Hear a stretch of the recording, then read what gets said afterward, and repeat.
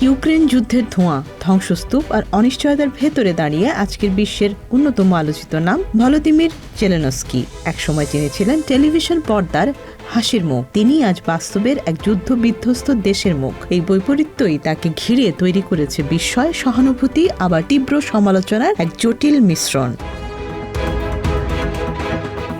জেলেনস্কির রাজনীতিতে আসার গল্পটাই অস্বাভাবিক। তিনি পেশায় ছিলেন কৌতুক অভিনেতা, নির্মাতা এবং প্রযোজক। বিশেষ করে সার্ভেন্ট অব দ্য পিপল সিরিজে তিনি একজন সাধারণ স্কুল শিক্ষকের চরিত্রে অভিনয় করেছিলেন, যিনি দুর্নীতির বিরুদ্ধে কথা বলে হঠাৎ প্রেসিডেন্ট হয়ে যান। বাস্তব জীবনে সেই কল্পনাই যেন সত্যি হয়ে যায়। 2019 সালে তিনি বিপুল ভোটে প্রেসিডেন্ট নির্বাচিত হন। মানুষের প্রত্যাশা ছিল তিনি পুরনো রাজনৈতিক ব্যবস্থাকে ভেঙে নতুন স্বচ্ছতা আনবেন এবং রাশিয়ার সঙ্গে উত্তেজনা কমাবেন।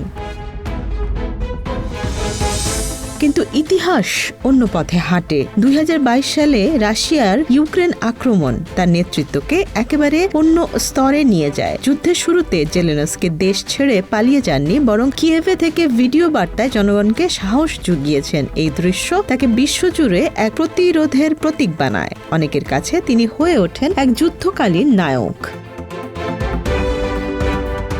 তবে সময়ের সঙ্গে সঙ্গে সেই নায়কোচিত ইমেজে ফাটলও ধরেছে। দীর্ঘ যুদ্ধ, অর্থনৈতিক সংকট, প্রাণহানি এবং দুর্নীতির অভিযোগ সব মিলিয়ে ইউক্রেনের ভেতরেই তার জনপ্রিয়তা ওঠানামা করছে। কেউ কেউ মনে করেন তিনি বাস্তবতার চেয়ে আবেগ ও আন্তর্জাতিক সমর্থনের উপর বেশি নির্ভর করেছেন।